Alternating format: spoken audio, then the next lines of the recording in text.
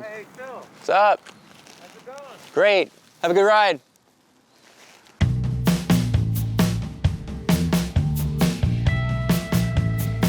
So a little bit of a road trip to film the Preem show this week, but we're still in Los Angeles County. Over my shoulder is Mount San Antonio, known more to cyclists as Mount Baldy.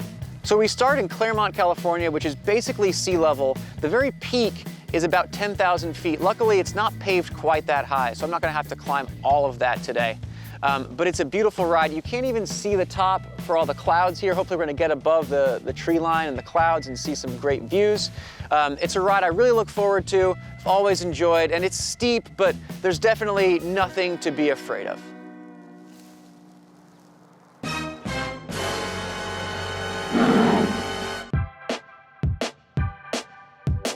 Now in the news, a couple weeks ago, we talked about the increased cycling in New York City and the infrastructure they put on top of it. Last week, LA County released their numbers that cycling has increased 22%.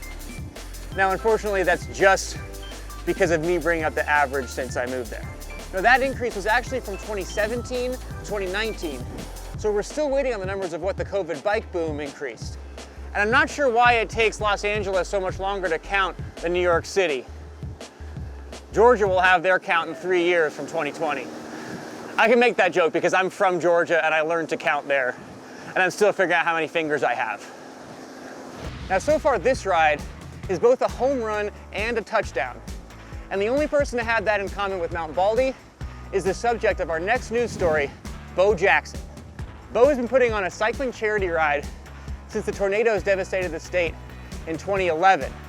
So far, he's raised more than $2 million for the state relief fund. This year, it happened on Zwift. So for anyone counting, that makes Bo Jackson a legend in 3 sports, and the man's still young. Now, hopefully we got it on camera. We were just passed by a pickup truck that had a surfboard in the back. Now, Baldy is a great spot for what's known as the SoCal Triathlon, which is where you surf in the morning, ski in the afternoon. I guess the third event is smoking weed at In-N-Out Burger or something like that. Now, as we cut through the fog, we're approaching Mount Baldy Village, which of course is home to Mount Baldy Lodge, which needs no introduction, it being world famous and all. The Buckhorn Lodge, on the other hand, you've never heard of, definitely needs to hire a new publicist.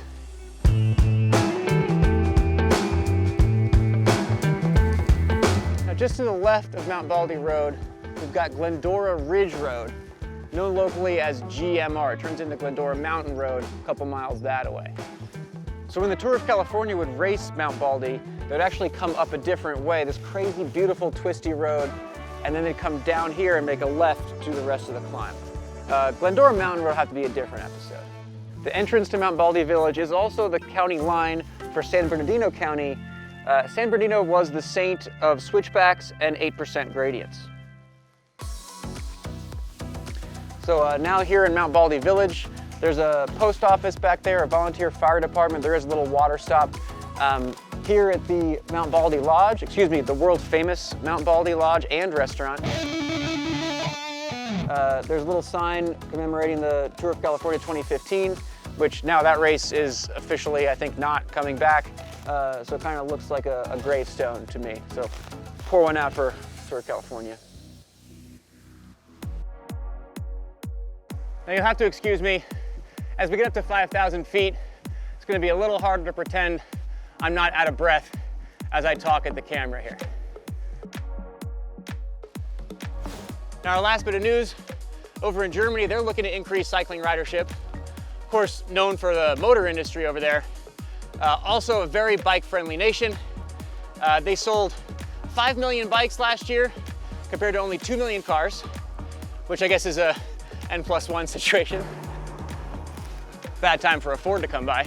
But they're gonna build bike highways, a bike autobahn, if you will. They're not gonna call it that. German, it's a Fahrrad is bicycle. Fahrradbahn, no ring to it. They gotta figure out what to name it. They're also putting parking for all the new cargo bikes that are popping up more and more.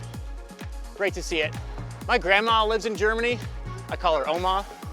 Oma is 92 or 93, still rides a bike ever. I'm not even sure if she has a car at this point.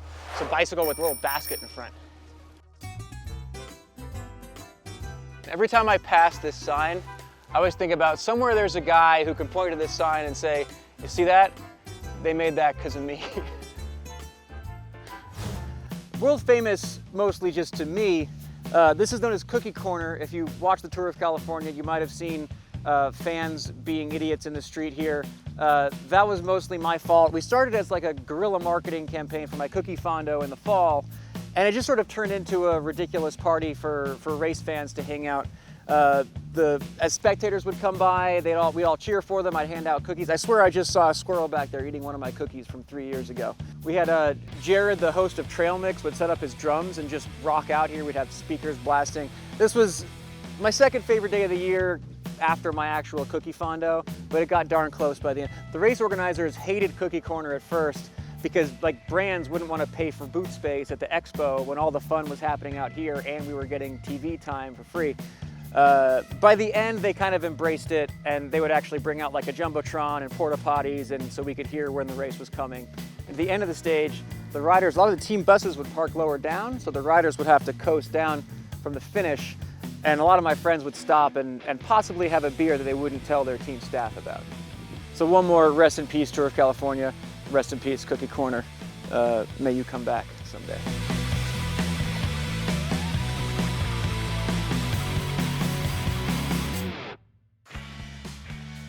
So if you went through my phone, you'll probably find 20 or 30 photos from this exact spot over the years because I can't help but take this picture every time I ride Baldy. That's awesome. So this is a good time to tell you about the PreemTV Photo of the Week, which is from our friend Bike Challenge over in West Sussex, UK. Looks like he did a nice bike packing trip, some beautiful photos. I forget how green it can get in places that aren't Southern California. Here it's just brown other than 3 or 4 weeks of the year. Not bad up here though. And I believe that's Mount Gregorio in the distance, which is the highest point in Southern California. I could be wrong on both of those facts, in which case someone will tell me in the comments, because YouTube is great for them. Now for the news from DC, we've got Adam Pulford again. Adam, what do we got this week? Something about Biden's climate program maybe, or vaccine rollout? It's out on the Potomac. Having a snack. Out for a little ride today. Crushing it. Here's a key bridge and Georgetown University. Oops, wrong finger. Right there. Right behind the bus. A little noisy, but it is beautiful. Great day here in DC. Woo-wee. Well, thanks, Adam. Now for our Preem Strava Club ride of the week, we've got a bunch of rides from Lisa. It looks like she had a great trip around Yosemite, staying in Bass Lake, home to my friend Vegan Cyclist, but riding around Teaford Saddle and Bayshore Road and Yosemite National Park. Really beautiful riding up there. Looks like she had a great time. So this traffic island here is kind of a landmark. It means it's about 2K to go from the summit of Mount Baldy. I remember racing this a few times, and well, racing isn't exactly the best word for it because whatever place you are here is the place you're gonna finish with a slightly bigger time gap and 10 more minutes of suffering. So while I finish this up, we'll send it over to Lex for the interview this week with David Alder and Adam Pierce, founders of the Love Your Brain Foundation. My name is Lex, and I'm the co-host of the Preem Show, and I really think that the Love Your Brain Foundation is a cause that everybody who watches Preem TV is going to be interested in, and I'd love to talk about the story and ride for resilience too. Adam, you and your brother started the Love Your Brain Foundation. So tell me a little bit about this. Yeah, so about 11 years ago, my younger brother, Kevin Pierce, was a professional snowboarder and had just come off a year where he won every contest around the world, and he was one of the favorites going into the Vancouver Olympics. And in one of the training runs, he had this, crazy accident, fluke accident, and sustained a traumatic brain injury. He was in a coma for 2.5 weeks. We were in critical care for a month and a half, and an inpatient for another 3.5 months. And, for the remainder of that year, in hospitals and in outpatient, really getting him back onto his feet. And, fast forward a few years later, we worked with a team to create a documentary called The Crash Reel that was shortlisted for an Oscar, won all these awards. But I think the most meaningful thing to me was just how much awareness it raised around traumatic brain injury. And it brought to light to us the prevalence and the complexity of TBI. And that's when we started the Love Your Brain Foundation about 6 years ago. And we really realized that Kevin was making, a lot of these incredible this incredible healing process. And we spent a lot of time analyzing and listening to what was working for him, what were the kind of conditions that were around him that were allowing him to continue to make progress. And we identified two things. The first was the power of community, the importance of being surrounded by people who understand and who are willing to accept you for who you are. And then the second piece was the importance of resilience, because this accident is not like a broken bone that can heal in 6 months and you're back to the person you were. Our brains are our control system. They, impact almost everything we do. And when you damage them, it's complex, and every brain injury is different, and it can be a very ongoing process. So we really realize that having resilience and cultivating resilience is critical to sustaining a long-term healing process and being successful in that. So we identified yoga as a real tool to help reconnect mind and body, and did a lot of research and continue to do research that really is showing that there's significant benefits from that. Oh, wow. That must have been super difficult to watch your little brother go through all that. And I imagine that there were parts that were probably quite difficult to understand, because with a brain injury, there are so many things that happen that are difficult to see with the naked eye, but there's a lot of stuff that's going on in the head. So you can appear on the outside as if you're totally fine. You don't have cuts and scrapes and bruises maybe, but you can probably be dealing with a lot of trauma in your mind. Yeah, Lex, it's such an important point. I mean, you see with David, it's invisible. I've had concussions myself. You just can't see them. And I always say this to people, that the beginning part of Kevin's healing process was actually the easier part, because you could see the challenges so much, they were just so much more obvious. So it was easier to be more compassionate, more patient. But as those things started to go away and it becomes more invisible, there's less understanding. And when there's less understanding, there's generally less patience and tolerance and acceptance. So it makes the injury incredibly, incredibly challenging. That's such a good point. And especially in the cycling world. David, you're an avid cyclist and you have quite a scary story. Like, you suffered a really horrible crash. Yeah, it was about a little over 8 years ago. I was riding home after a training ride and just cruising home, and that's all I remember. I woke up in the ICU 5 or 6 days later, and what had happened is I was going through an intersection, green light, and a person made a left turn and didn't see me. I had a green light, and I even had a little flashing white light on my bike, because I wanted to be safe. But I got taken out and went into the car basically, and had a bunch of broken bones, some punctured lungs, and a brain bleed. And fortunately, when my wife and brother got to the hospital, the doctors said he's going to make it. It's just going to be challenging. I have a question about the Love Your Brain organization and how it supports people who have went through TBI or who are going through traumatic brain injuries. Yeah, so we have a number of programs that operate all over the country and in Canada. So we primarily use yoga and meditation to support people's healing, and very much focus it around community and resilience. And we also offer retreats in California, Colorado, Maine, and Vermont. And we also support caregivers as well. So we realize that this is, this brain injuries affect a lot of people, and it's important that those who are caring for someone with a brain injury also have support and community as well. And you guys are actually doing a fundraiser right now, right? Throughout the month of May to help support people so that they have access to the Love Your Brain resources. Yeah, right? exactly. It's called the Ride for Resilience. And this is going to be primarily focused for people who have a passion around bikes. The idea is to, really create an experience where, people are either, back to biking or reimagining their relationship to biking and connecting with people who have that shared common interest.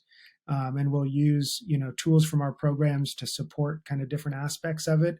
And each week, have Zoom calls where everyone will come together, and we'll have different pro cyclists or former cyclists speak to their experience and experience with brain injury to better educate and support people along the way.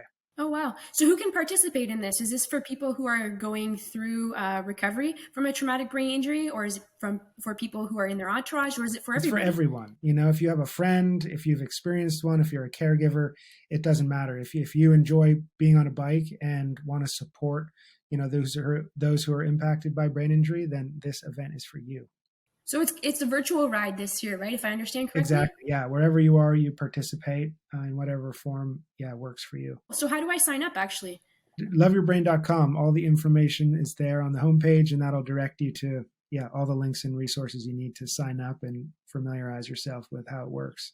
I think what it really stands out for me too around this cycling event is that, as you probably relate to, you identify so much to cycling and as a cyclist. And I think what happens so often with brain injury is that your identity is taken away or changed so much. And I think, we saw this with Kevin being just so identified as a snowboarder.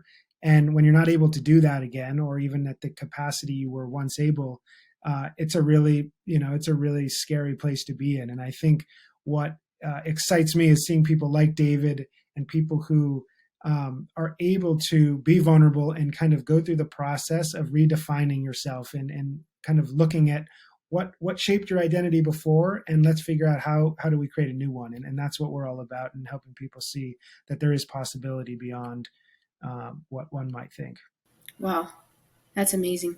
Well, Adam and David, thank you so much for joining us on Preem TV and speaking about this topic, because talking about concussions and traumatic brain injury is something that's really important, and it's good for us to keep this in mind.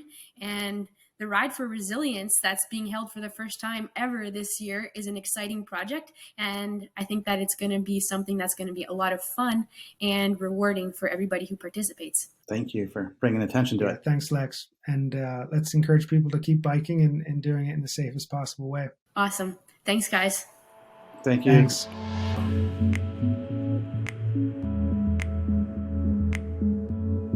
Thanks, Lex. We're now at the top. Well, this is the end of the Strava segment. I would argue the real top of the climb is through that gate and then up and around where the Tour of California stage would end, and the parking lots up there at the ski lifts. But this is as far as we can go with the gate closed today. I brought this roof rack to put on the camera car, thinking it was going to be snowy up here and I wouldn't want to ride down.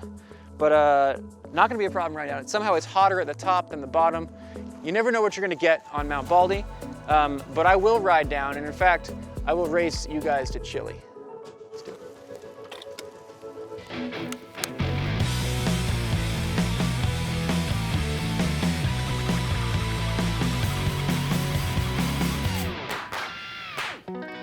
I guess I won that race. I've already ordered, I almost ate everything.